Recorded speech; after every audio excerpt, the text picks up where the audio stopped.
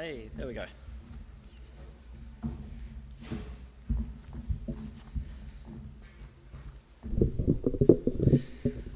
Okay, so this is going to be quite a change of pace, I think, from Bob's presentation. But before I introduce my presentation properly, let me first paint you a scene. On the 31st of August this year, I was sitting in the large atrium area of Federation Square in Melbourne, Australia. The Melbourne Writers' Festival, 2 weeks of literary events and activities, was still in full swing, and my project, called Memory Makes Us, was the centrepiece, one of the centrepieces of the final day. In front of me, 3 authors were working feverishly to produce a new work on their laptops. Behind me, a few of the hundreds of festival goers were providing inspiration for the authors in the form of memories. To record their memories, they used manual typewriters. I looked up at the giant screen currently broadcasting the author's work in progress, which at that moment featured the author Paddy O'Reilly, and that's when I saw my memory. It wasn't even that great a memory. It was just something that occurred to me when I thought about Paddy's theme of the body.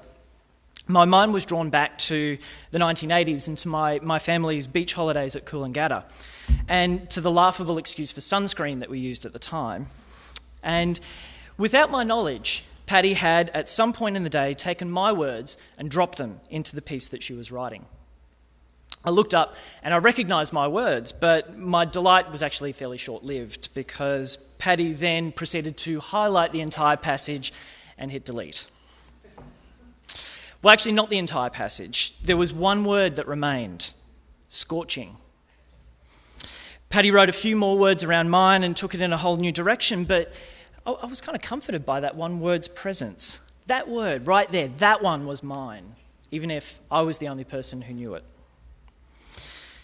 The experience of Memory Makes Us is always personal, and I think some of its most interesting moments have come from the project's exploration of the intimacy in the relationship between writer and reader. And for me, this really gets to the heart of what If Book Australia is all about, and the possibilities for what the possibilities are when we begin to investigate the creative expression of digital media as an extension of the physical world.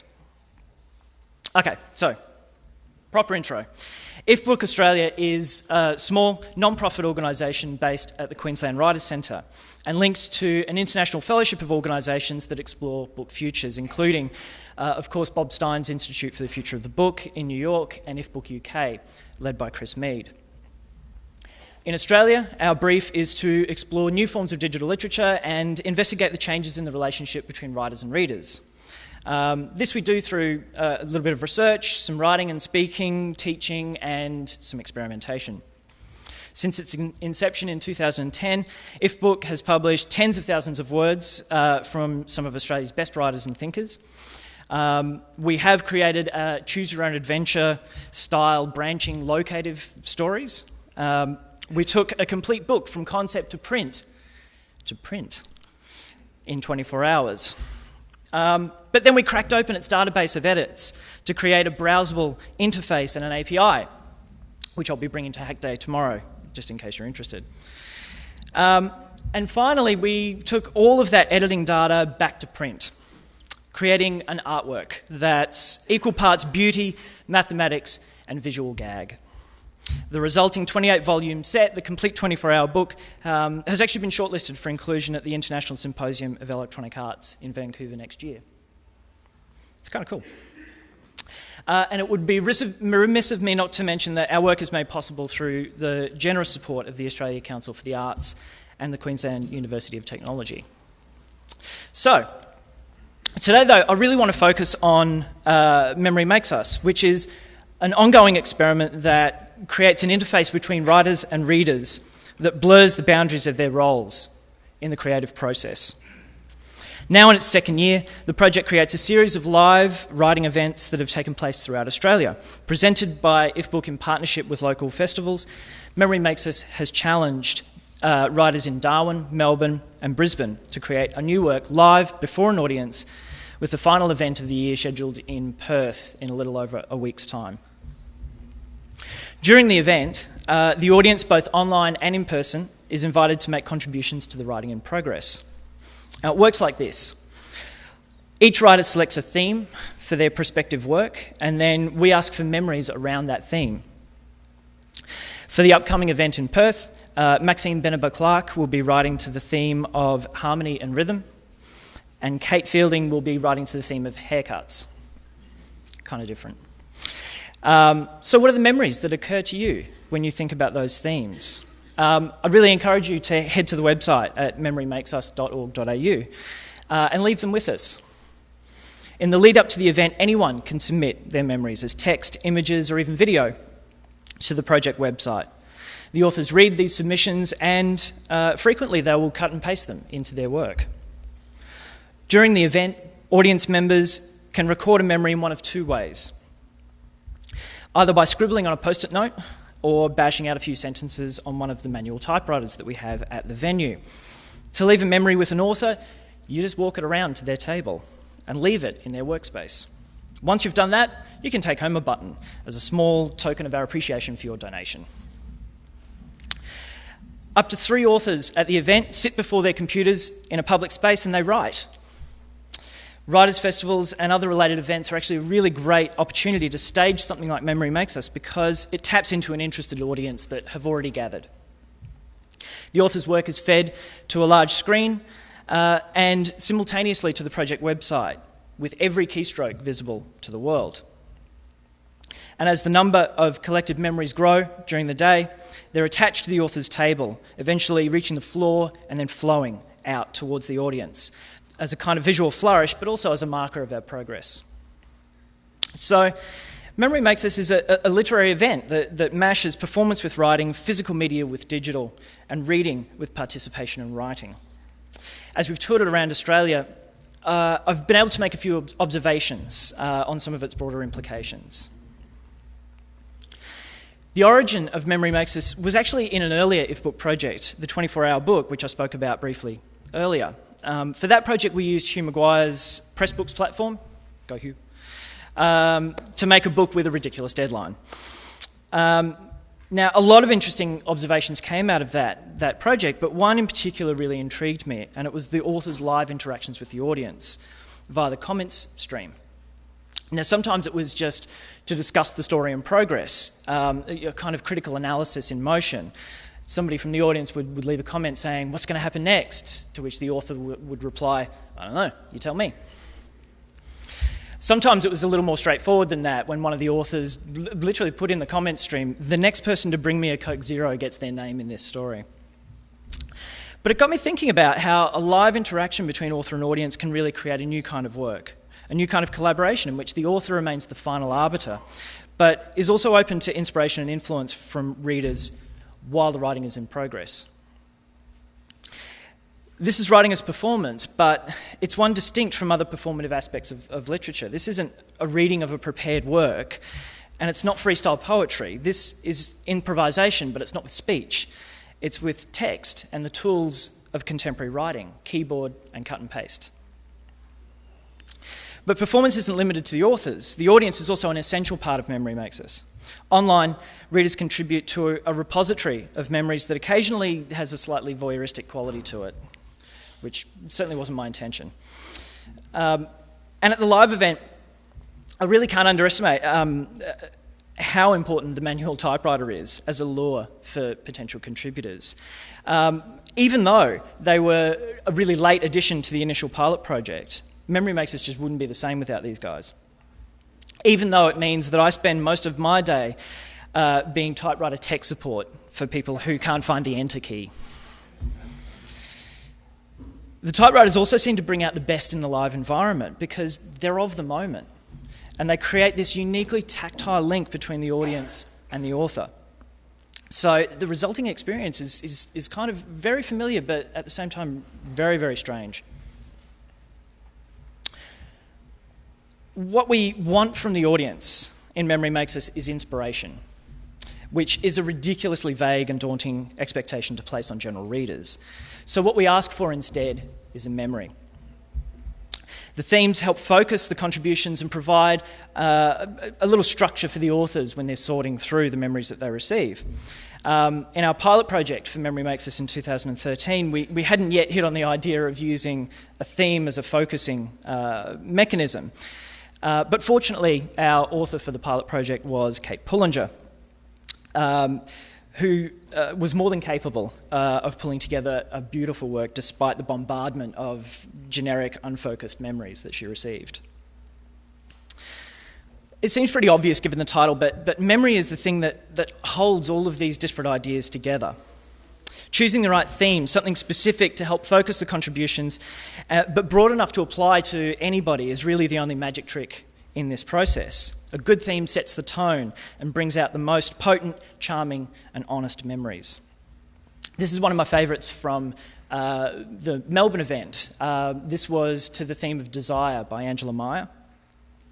And if you can't read it, it says, I have a cat, but I'd really like a dog. I'm here with a friend, but I'd rather be here with somebody else. Just keep in mind that, I don't know who wrote this, but whoever they were talking about was standing, a couple of metres away as they were writing this. It's something, there's something really interesting about that, about writing that down and handing it across to someone else. And the impact of sharing something as personal and as intimate as your own memories brings a kind of emotional energy to to a project that really could have easily been a purely intellectual exercise. One of my favourite post-its, which wasn't this one, it was actually from the pilot project, was just a little note that said, "It's actually working, this weird thing has heart."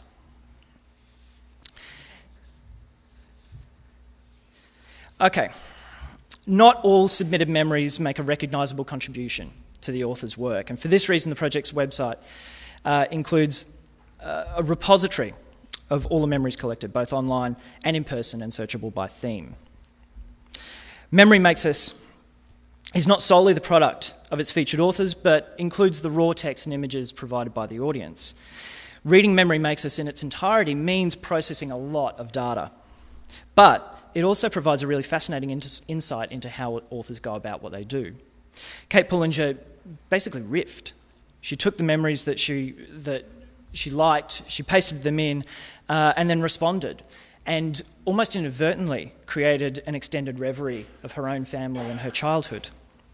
Marie Mankara constructed an epic poem that liberally quoted from the memories that she received, but at the same time wove her own experience and a sense of her Aboriginal culture throughout.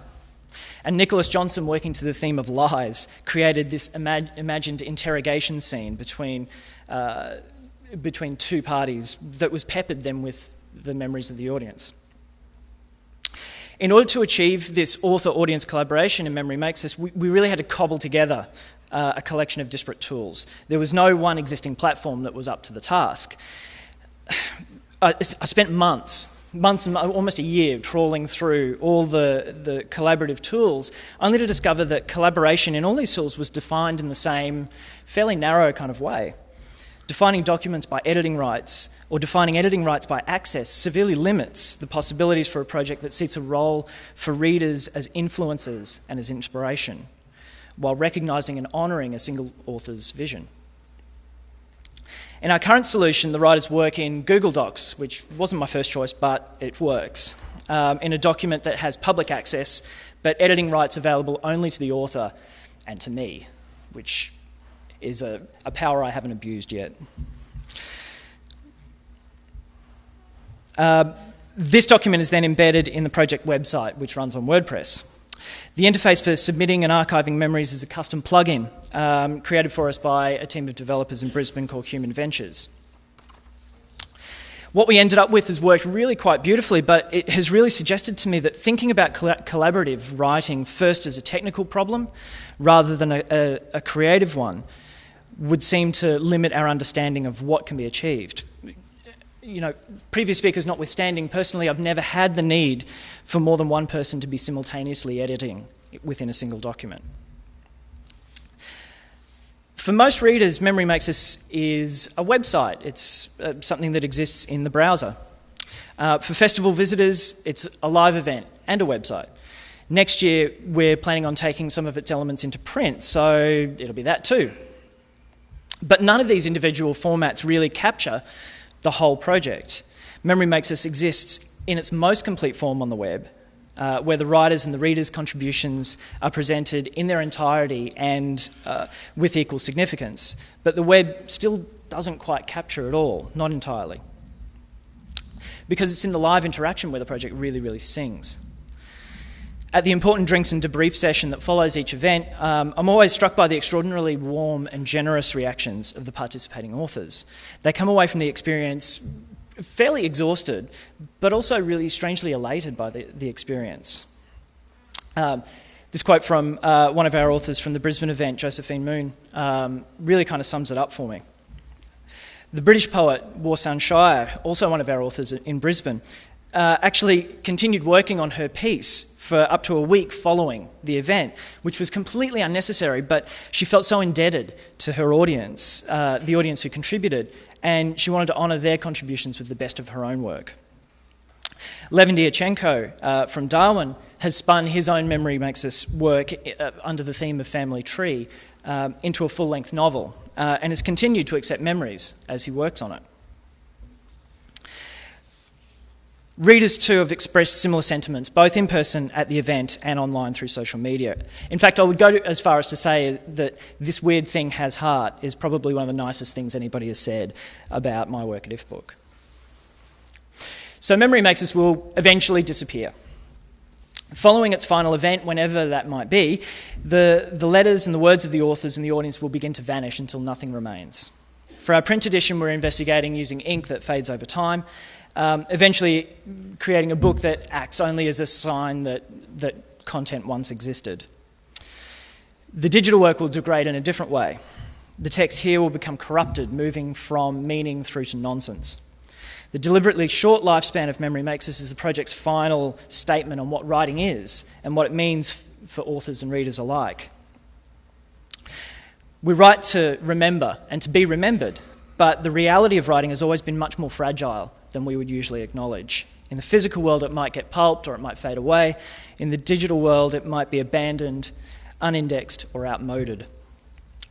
Preservation is great, but the writing we remember for centuries is not only preserved, it's also made accessible, and crucially, it's repeated and referenced and acknowledged as an influence over and over again. As a way to kind of emphasise this, what remains of Memory Makes Us after the final event won't be an archive. It won't be a repository. It won't even be a book. What it will be is a collection of memories, imperfect, fleeting, and personal. Thank you.